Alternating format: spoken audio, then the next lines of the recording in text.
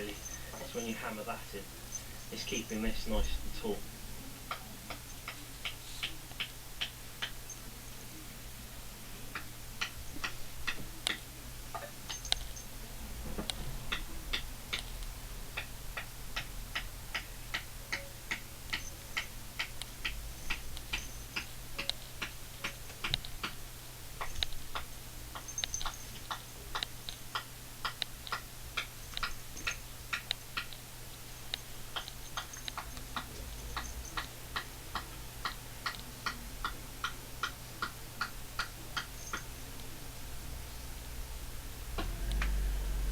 So there we go, it's a fairly functional flatbed. It's got a bit of spring in it, a bit more on this side than that side, because that bend a bit of hazel.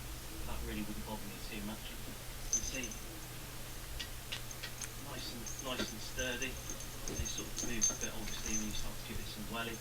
But yeah, it's not too bad. You know, walk on it, it's pretty strong.